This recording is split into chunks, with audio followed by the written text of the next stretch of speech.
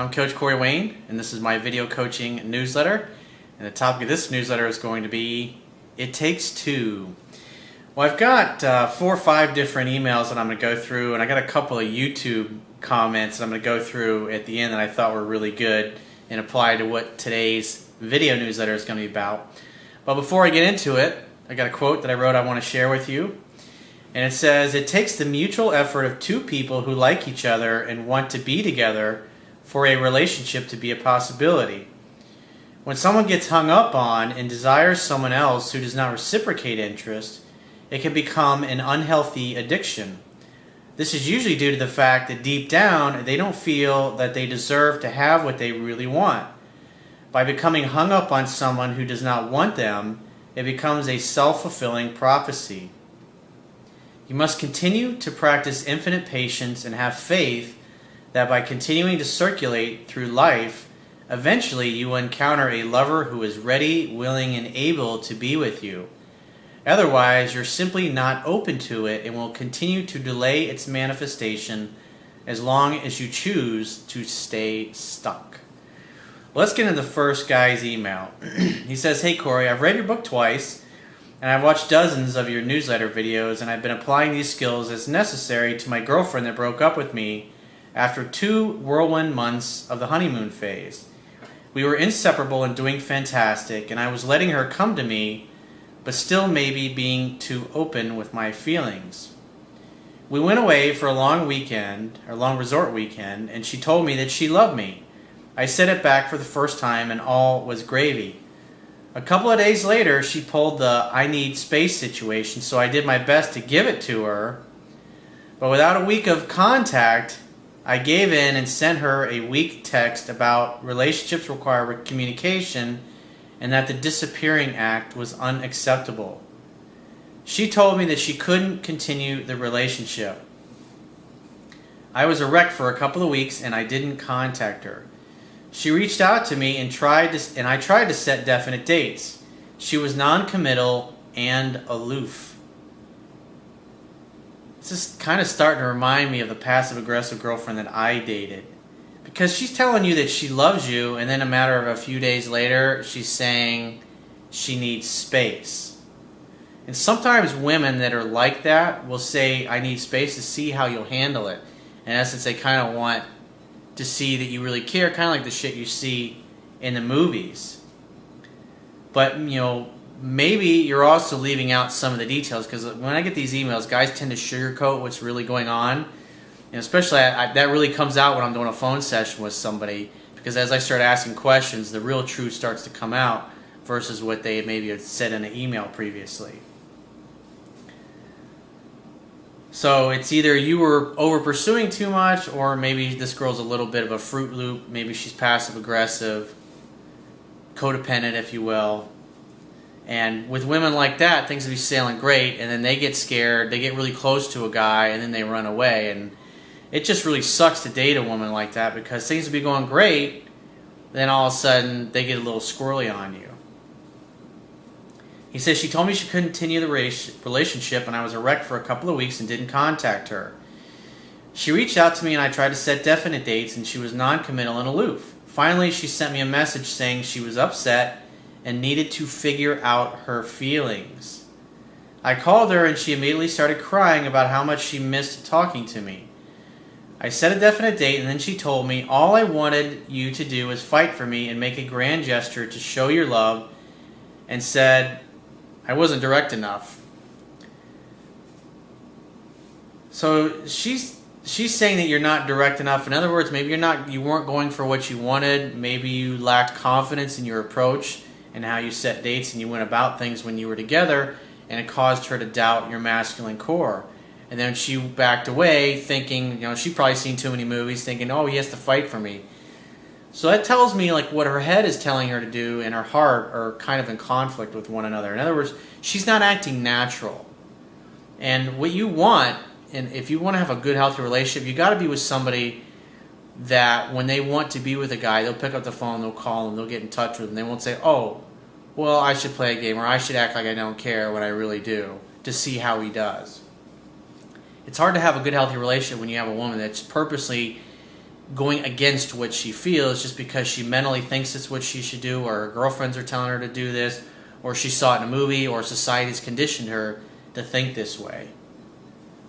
He says, I have a hard time understanding if that's really the situation or if it was my following the no contact indifference approach that got her back. The strongest negotiating position is being able to walk away and mean it. And at the end of the day, just like I shared in the quote, it takes two people to make a relationship work.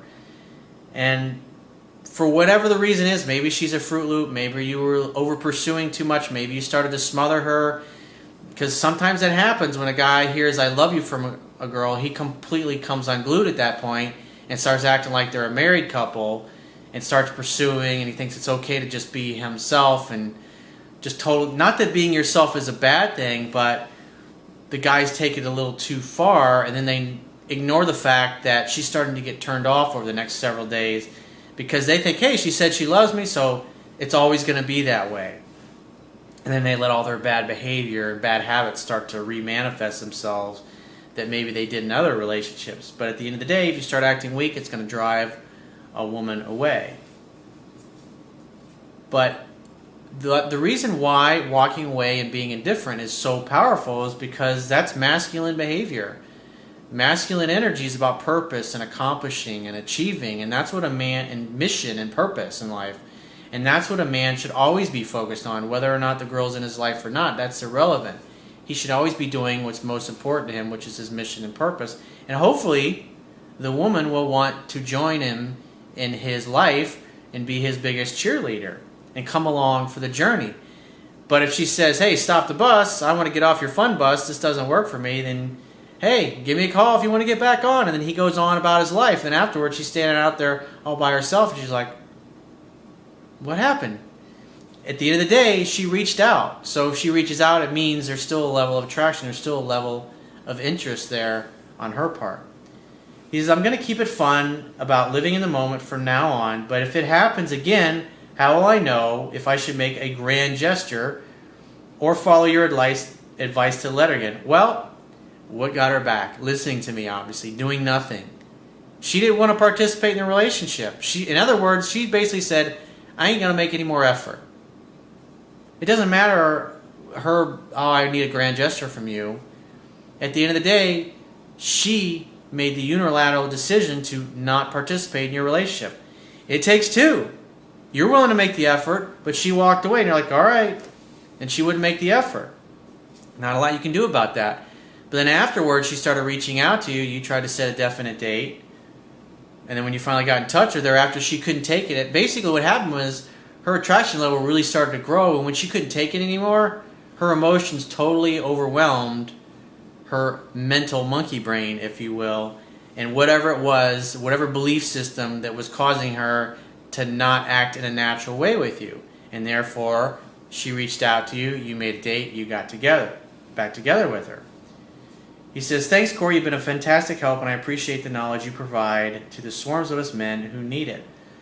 So, because again, she's the one that ended the relationship, you got to let her come to you. You got to make sure and monitor that she's actually making the effort.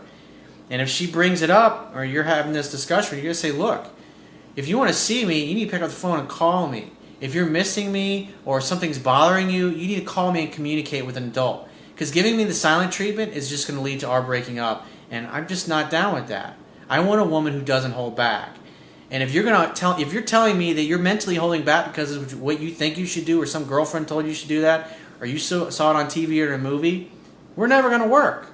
You have to communicate like an adult. You got to tell me what's going on inside you, what you're feeling. Because I'm not psychic. Although I'd like to be, I'm not psychic, and the relationship's not going to work unless it takes the effort of two people. And this way you allow her to come back to you and pursue you. Remember, a guy should never be doing more than 20 to 30% of the calling, texting, and pursuing. That means where he's initiating it. But in this particular case, she's in the relationship, and it needs to be her coming back to you. Because obviously you saw that chasing after her is just not going to work. So let's get into the second email. This guy says, hey Corey, I'm a huge fan of your book and YouTube videos, and I've learned so much from them, but right now my ex has me stumped. We broke up over just 2 months ago because she felt I didn't make any effort to be with her. After 3 weeks, I ended up seeing her out with another guy, after which I went no contact to move on more than anything. Well, that tells me that you were still chasing her. So obviously chasing after her after the breakup wasn't working. So 2 weeks later, she texted me asking to go for a drink, and I accepted, and we had a great chat, and I walk her home and say goodnight. The next night, she messages me to see if I want to come over and watch a movie. I accept, and we end up having sex. See, remember, feminine energy is about opening up to receive love. It's about bonding. It's about connection. In this particular case, this woman's actually inviting you to do things because she realized that you were out of there. You walked away and without looking back. And so you were important enough to her that she wasn't going to let you walk away. So I would say this sounds like you were over pursuing to the point where the relationship wasn't so much her idea and you were starting to probably smother her, and that's why she wanted space and wanted to go off with another dude or date other guys. So we pick up with a contact, her initiating mostly meet up a few times and go on a few dates, and I sleep with her a few more times, and all is awesome so far. Well, last night has really got me confused. I was supposed to go out drinking with our mutual friends, as was she, but when I got there, she wasn't there, and I assumed she had changed her plans. So I go home early because I wasn't feeling good, and at 2 a.m. I get an angry call saying, I can't believe you went out and didn't call me to find out where I was. She was in another bar. Well, obviously, if you had plans to meet up and she didn't show up, any boyfriend would, or husband for that matter, would call, after an hour or two, it's like, hey, where are you? Are you okay? Did you get hit by a bus? It's like, God, you had me worried there. It's like, oh, you're just at a bar party with your girlfriends? Awesome. Well, when are you guys going to meet up with us? Presupposing that she's going to. She's like, oh, I don't know. It's like, all right, sweetheart. Well, have a great time with the girls and call me when you figure it out. We're going to be here partying and having a great time. And that's how you handle that. Because they obviously want to hear that you care about them. But this tells me, again, she's purposely not getting in touch with me, want to know, hey, what's going on? Wait. And he says, I said, look, I wanted to see you, but as you weren't there, I assumed you had changed your plans, so I left as I wasn't feeling good. But then said, if you want to see me, I can come over to your place now. And she said, okay, so I headed over. I got there, and she was still pissed at me, but it wasn't long before we started having sex. Nice. Good job, dude. The thing that's got me confused is after we had sex, she started getting upset, and she turned to me and said she loved me so much, but doesn't think we will work because if we did, we would still be together and it would be easy. This sounds like a woman is creating drama out of nothing. She's creating problems unnecessarily, or maybe you're leaving out some of the details of what really happened and what you did wrong. But if you watch my videos, you obviously can pick up on what your bad behavior was. But at the end of the day, if you got a woman that's kind of a little bit of a Fruit Loop or a little bit of a nut, this is the kind of thing they'll do, is they'll just purposely stop making an effort. This is classic passive-aggressive type behavior. Everything's sailing along great. Oh, we need to break up. Oh, we need to see other people. Oh, I don't think it's going to work out. In other words, what happens with the passive-aggressive woman is that she fears getting hurt. She fears it's not going to work out because she's got some really fucked up limiting beliefs. And therefore, she backs away and ends a relationship to save herself from the future pain that she fears that she's going to get. And then you walk away, and a week or two later, she's like, where are you? I miss you. I want to see you. Let's get together. And then you get together, everything's great for a few more weeks, and then the same shit happens all over again. And it gets really fucking old. It's like it basically any type of major thing that can cause her fear that it's not going to work out, she'll just end the relationship because she just can't deal with the potential pain of you dumping her when you realize that she's a Fruit Loop. And at the end of the day, it's like I had one of my girlfriends that I dated years ago. She came right out to me. I think it was on our first date. She says, just like this, look me right in the eye. And I can remember this like it was fucking yesterday. I fuck all of my relationships up. And, that didn't win in one ear and out the other because she was so fucking hot and I was so into her. I was just like, she was intoxicating to look at. I was just drunk with her beauty and her sex appeal. And she was an amazing lover, but she was a Fruit Loop at the end of the day. And after about 3 years, I just couldn't take it anymore. I was tired of the drama. It was just constant problems. And it was like that in all areas of her life. Her girlfriends had all kinds of fucking shit going on in their relationships. It was a mess. And every time we got together, we went out, it's like at least 20-30% of the time was me listening to her talk about her girlfriends and their fucked up stories and their situations. And or somebody in her family. It was a mess. It was a disaster. And she was a drama queen, and her life was full of drama. She then had a bit of a breakdown and said she can't do this anymore, that she can't be friends with benefits because she loves me too much and can't keep sleeping with me and then not hear from me for days. I said I wanted to be more than friends with benefits, but she said again she just doesn't see us working out. It's kind of sound like she's passive aggressive. Because what I would have said to her is like, look, you purposely not calling me just to see what I'm going to do, that tells me that you're going against what you feel inside. And if that's the way you're going to be, you're right, it is never going to work out because you're not acting natural. You want to talk to me, but you're like, oh, I'm going to not call him and see if he calls me. Now, that's real fucking mature. I mean, she's purposely not making any effort. She's purposely doing things to ruin the relationship. He says, I'm now completely stumped for what to do, as it seemed like everything was going great and she was the one chasing and we were sleeping together and she even told me she loved me about 10 times that night. Then all of a sudden she pulls that on me. Your advice would be greatly appreciated. It definitely sounds like, dude, you got a Fruit Loop on your hands, and unfortunately you can't fix that shit. That's just the way she is. And I'm sure the sex is great. I'm sure she's hot and you love hanging with her. But so I would do nothing. I'd walk away if she calls you all upset, say, honey, I love you, but you're acting like a total fucking nut. If you wanted to talk to me, you should pick up the phone and call me. And if you're not adult enough and mature enough to do that, then I don't want to hear from you again, because I'm tired of this bullshit. I'm tired of this fucking drama. You either act like an adult, and if you feel fearful, call me and we'll talk about it, because I love you. But if you're just going to not call me, and that was another thing that this other girlfriend of mine used to do. She'd get mad at one of her family members, whether it was her mother or one of her brothers or one of her cousins, because her whole family they were all really tight, really close. And they would just give each other silent treatment. And it was usually the father that was the peacemaker in the family. And that's what she was conditioned to believe was going to happen. It was the male that was going to eventually come and make the peace. And I just got fucking totally sick of it, because it was ridiculous. Because things would be just like you see, sailing along great, she's chasing me, she's pursuing me, she's calling me all the time, I love you, I miss you, and all of a sudden the calls would stop. And 4 or 5 days would go by and I'd be like, hey, what's up? And I'd call her up and she'd be totally upset and mad and pissed off at me that I hadn't called. And I was like, it's like, enough of this shit. I remember the day that we broke up like it was yesterday. I just remember looking in her eyes and she's complaining about the same shit. I'm thinking to myself, you fucked it up. You're the one that's creating all this drama. You're the one that's all fearful it's not going to work out. You're the one that stopped calling me and stopped being natural and stopped communicating with me. And it's my fault. It's like, I remember looking in her eyes and I was just thinking, I'm so over this shit. I love this girl, but I can't do this anymore. This is not fun. This is not enjoyable. Things are great, and she just fucks it up.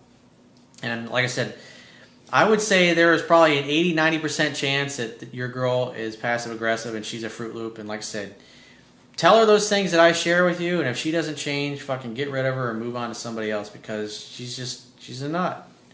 And unfortunately, you can't fix a nut. So let's get into the third email. And this one's a little bit off topic, but I thought it was kind of comical.